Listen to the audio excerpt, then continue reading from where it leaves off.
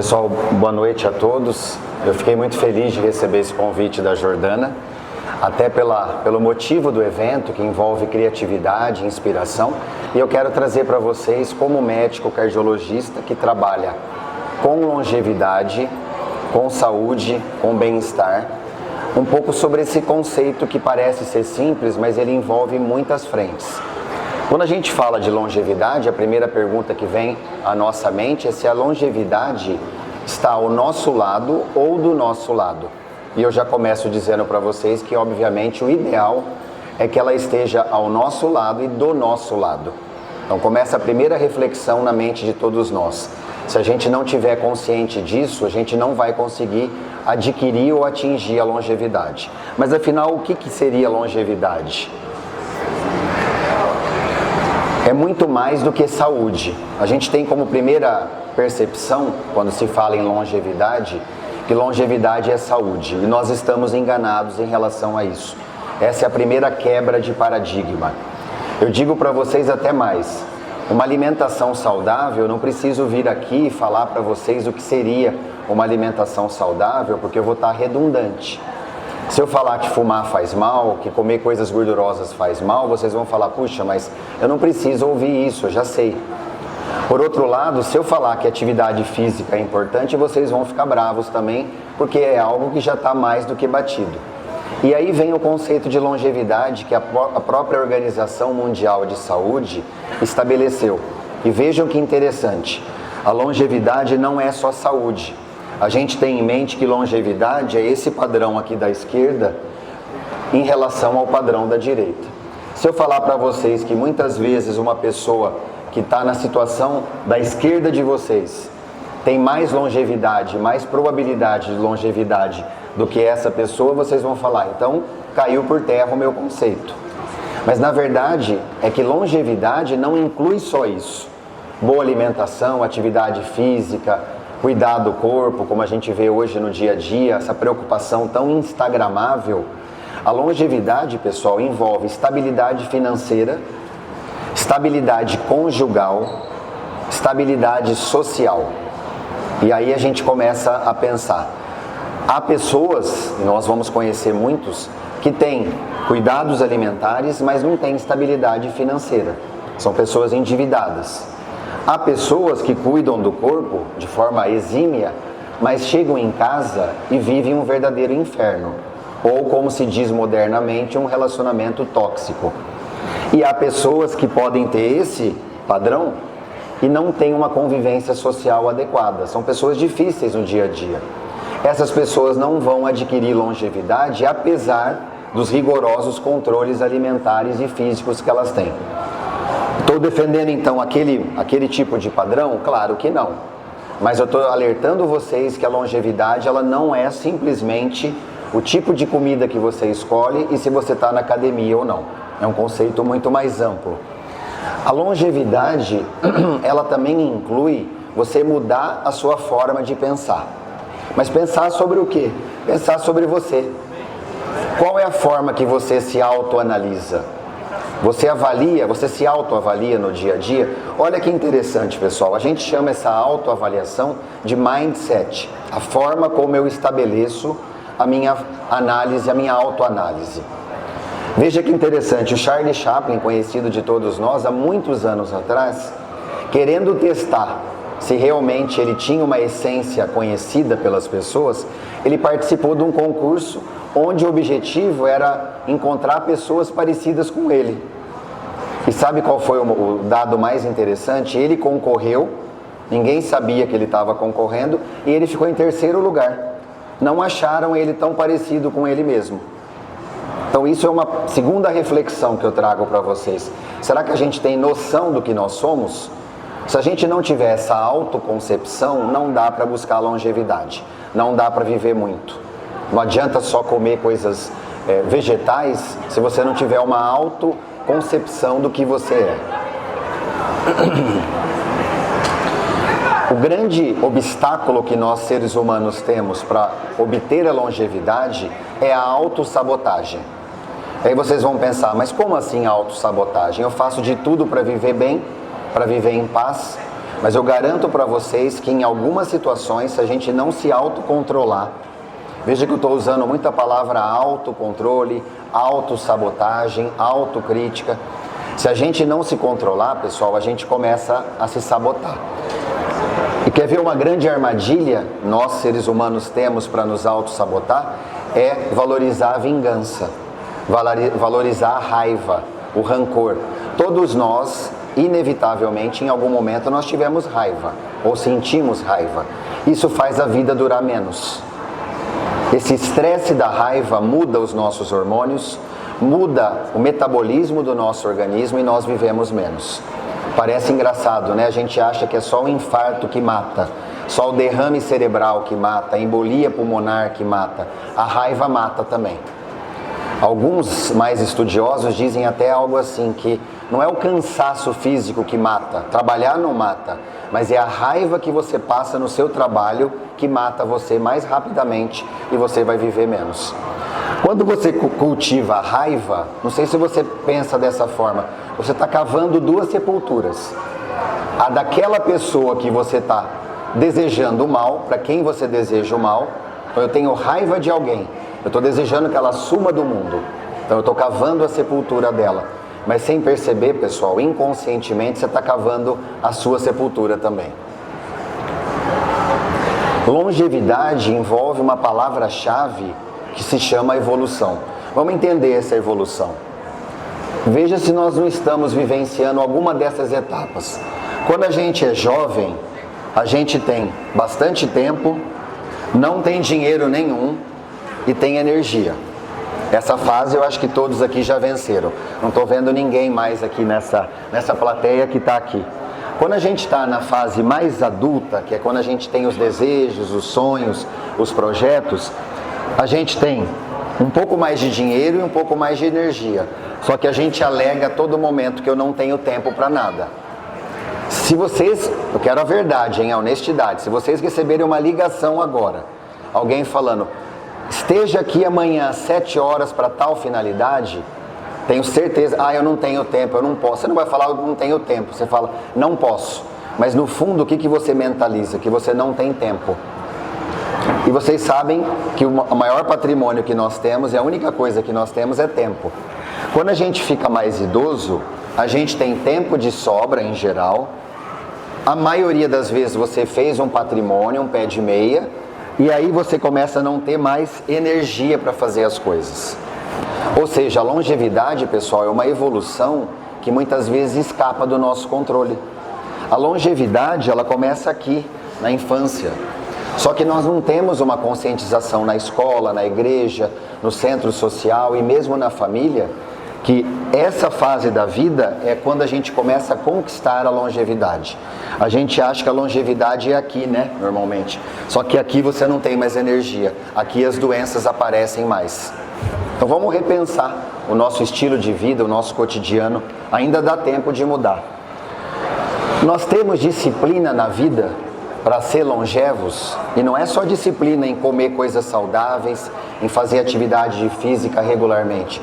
Você tem disciplina em relação aos seus relacionamentos, em relação às suas dívidas, em relação ao seu comportamento dentro de casa? Olha só que bacana, a gente vive um binômio entre disciplina e arrependimento. Quantas e quantas vezes a gente diz o seguinte, puxa, se eu pudesse eu voltaria atrás, eu estou arrependido ou arrependida. A grande verdade é que o peso da dor da disciplina é infinitamente menor do que o peso da dor do arrependimento. Portanto, se vocês querem viver mais, se nós queremos viver mais, não dá para deixar o arrependimento chegar. Ou remorso. Quantas vezes como médico eu escuto do paciente, se eu tivesse feito isso para minha mãe, se eu tivesse feito isso para o meu pai, se eu tivesse feito isso para o meu cônjuge, olha o peso do arrependimento. O que essa pessoa está transmitindo para mim? Que ela já está limitando o seu tempo de vida. Ela está se punindo, ela está se cobrando. Isso é muito frequente. Todos nós já passamos por essa sensação. E aí, por que não então ter disciplina, que é muito mais leve o peso dessa dor? Qual é a sua opinião sobre as coisas? Aí vocês vão dizer assim, mas o que isso tem a ver com a longevidade? Na verdade, tem muito a ver. Você é uma pessoa de opinião formada, você filtra as coisas, ou você é instagramável, puramente? Eu faço o que o Instagram fala, eu faço o que o influenciador diz. Há muitas pessoas assim, pessoal. E aí eu vou mostrar para vocês alguns fatos reais de pessoas que perderam a vida, portanto não vão ser longevas, porque quiseram fazer algo que é modismo. Esse cineasta, por exemplo, durante um mês ele resolveu comer fast food para desafiar e fazer algo instagramável. Ele conseguiu uma proeza, ele morreu de câncer por esse mecanismo aos 53 anos de idade. Qual o legado que ele deixou? Nenhum. Qual o exemplo positivo que ele deixou? Nenhum. Eu sempre conto nesse momento que houve uma ocasião que um chinês quis impressionar a sua namorada e subiu num prédio, escalou um prédio na China de quase 200 metros de altura, que os prédios na China são enormes. Sabe por que ele fez isso? Sem aparelho, sem nada de segurança? Porque ele queria chegar lá no andar 200 e pouco e tirar uma foto, um selfie, e mandar para ela. Para dizer, amor, eu consegui. Ele realmente conseguiu, ele chegou lá em cima. Mas ele não está aqui para contar a história mais para ela. Ele caiu, ele escorregou e caiu. Isso tudo para fazer uma foto, um story, um Instagram. Então a gente precisa tomar cuidado. A sua opinião é sua ou é dos outros? Se você optar pela opinião dos outros, você tende a viver menos. Por que a gente, o ser humano, né, a gente quer agradar tanto? E um dos grandes erros nossos humanos é querer agradar tanto. Quanto mais você agrada os outros, quanto menos vezes você fala não, menos você vive. Pensa nisso. Quantos nãos você falou hoje nesse dia? Não posso, não consigo, isso eu não posso para hoje. A gente fica constrangido, né, de falar não. Quanto mais constrangimento de falar não, menos você vai viver. Então aprendam a falar não. Quando a gente resolve ser muito bom, ao invés de ser justo, olha a diferença. Quando a gente quer ser muito bom, ao invés de ser justo, a gente tem como feedback isso aqui. Você ajuda e aquela pessoa que você ajudou, ela te engole depois. Ela pode ser o teu familiar que está do teu lado, ela pode ser o seu cônjuge e ela pode ser uma pessoa de quem você não esperava uma traição. Traição encurta a vida? Com certeza. Eu posso dizer para vocês como médico que muitas vezes uma pessoa vai ao pronto-socorro ou vai ao cardiologista como eu, qual a sua queixa? Eu estou tendo batedeira, palpitação.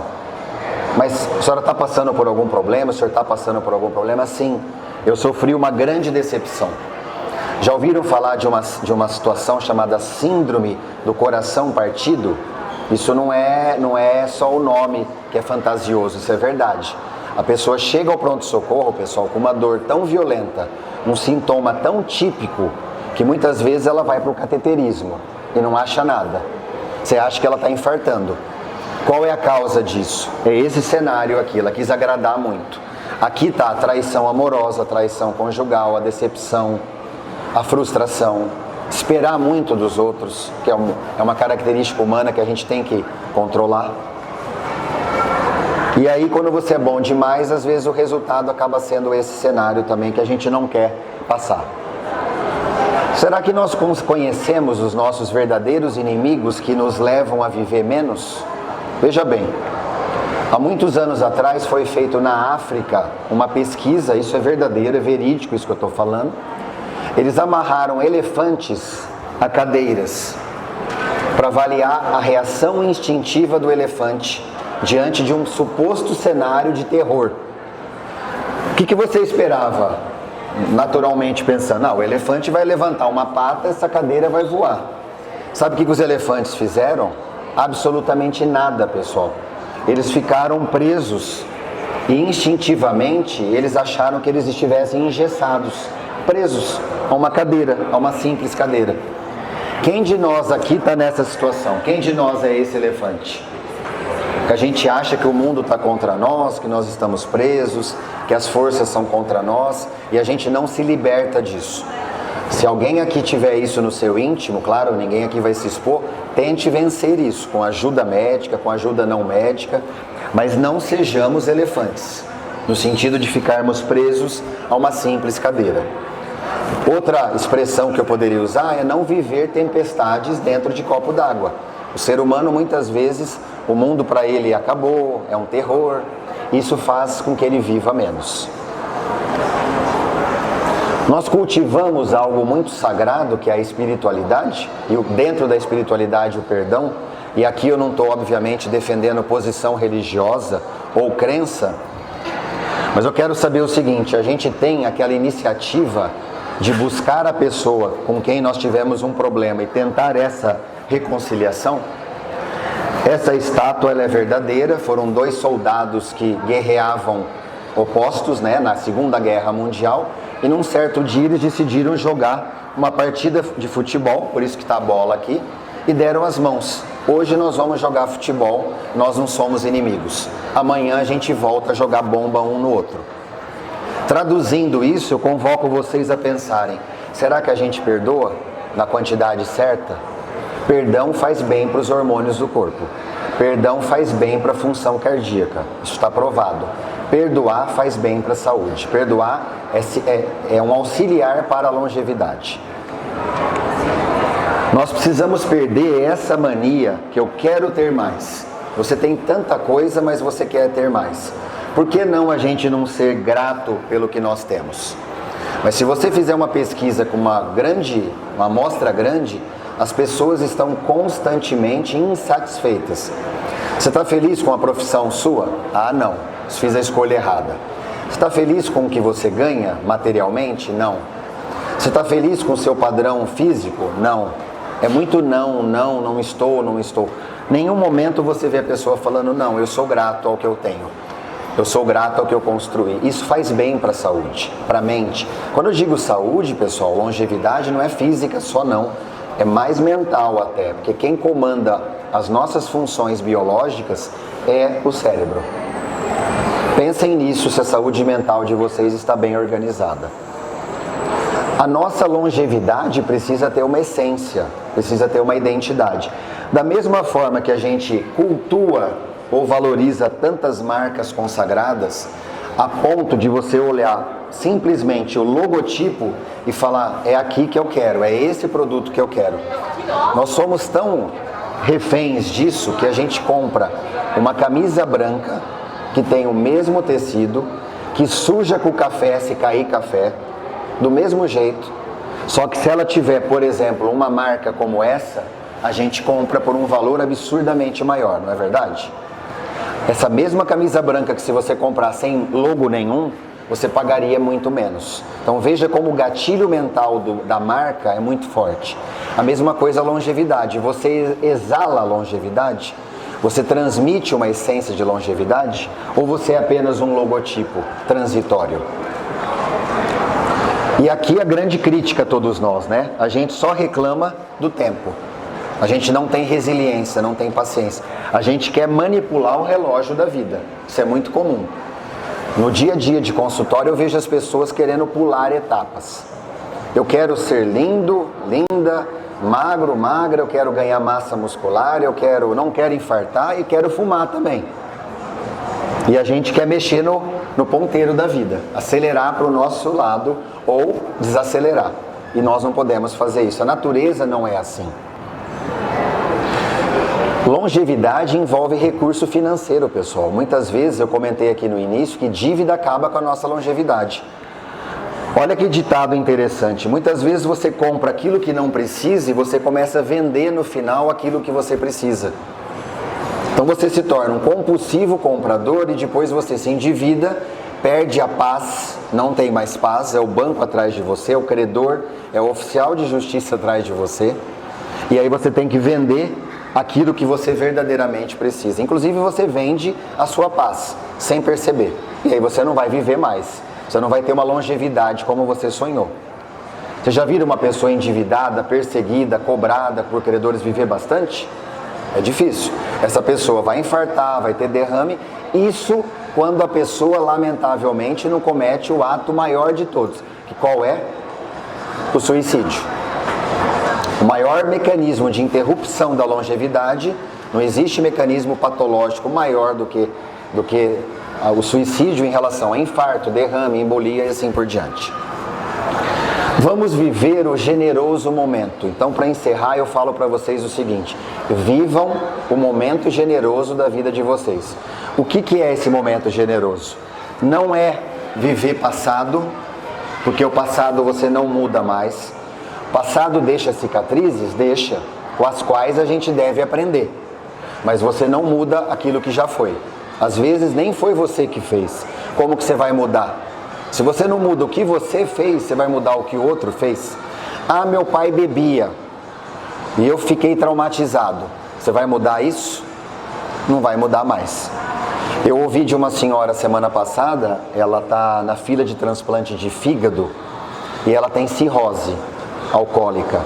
Ela me procurou porque infelizmente ela tem problemas cardíacos também. Então ela queria um equilíbrio entre a parte cardíaca e o transplante de fígado que está chegando. Eu perguntei para ela, mas a senhora bebia muito? Olha a resposta dela, e aí entra nisso aqui que nós não mudamos. Ela falou para mim, doutor, eu nunca pus uma gota de álcool na minha boca, só que eu bebo desde a barriga da minha mãe. Mas desde a barriga da sua mãe? Ela falou de um jeito metafórico. Na verdade, o que ela quis dizer? Depois ela explicou, que a mãe dela bebia na gravidez. Então ela nasceu alcoólatra.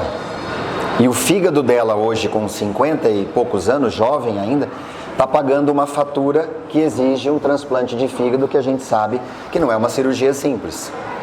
Então veja, não mudamos mais isso. Pensar no futuro resolve alguma coisa? Você consegue controlar alguma coisa na sua vida? Eu brinco muito isso com os pacientes, porque a ansiedade é o mal do momento. Depois da Covid, nós estamos vivendo assim a epidemia ou a pandemia da ansiedade. Todos nós somos ansiosos. Uns têm pânico, angústia, depressão e assim por diante. Você controla alguma coisa na sua vida? Vocês vão falar, controlo? O que você controla?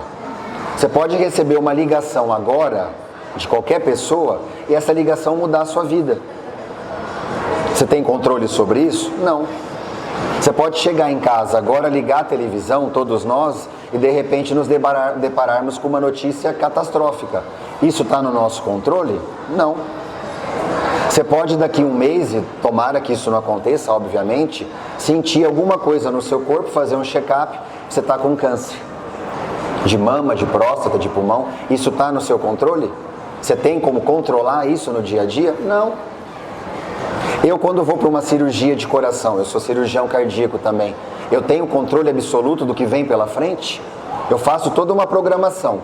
Vou fazer primeiro isso, fazer aquilo, depois vem isso, e de repente ali eu me deparo com alguma coisa que pode mudar todo o meu percurso. Ou não é assim? O piloto de avião, quando ele decola o avião, ele tem um plano de voo. Eu vou para cá, depois eu tenho que ir para cá, depois eu desço em tal altitude, velocidade, de repente vem um pássaro na frente dele e se choca com a turbina e com o motor. Está no controle dele isso? Não.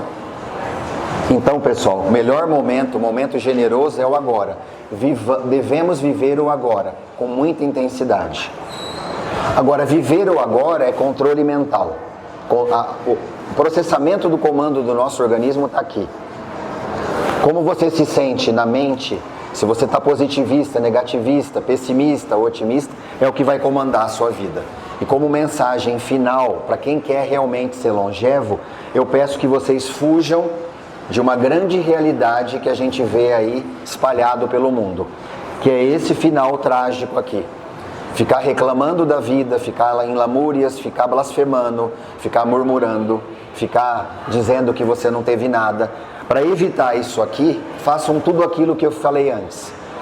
Perdão, espiritualidade, não se auto-sabotar, cuidado com as finanças, preservar os relacionamentos e, logicamente, eu não vou falar o óbvio, alimentação balanceada sempre, atividade física não para ficar esteticamente bonito, mas para ficar funcionalmente saudável, que é o que vale.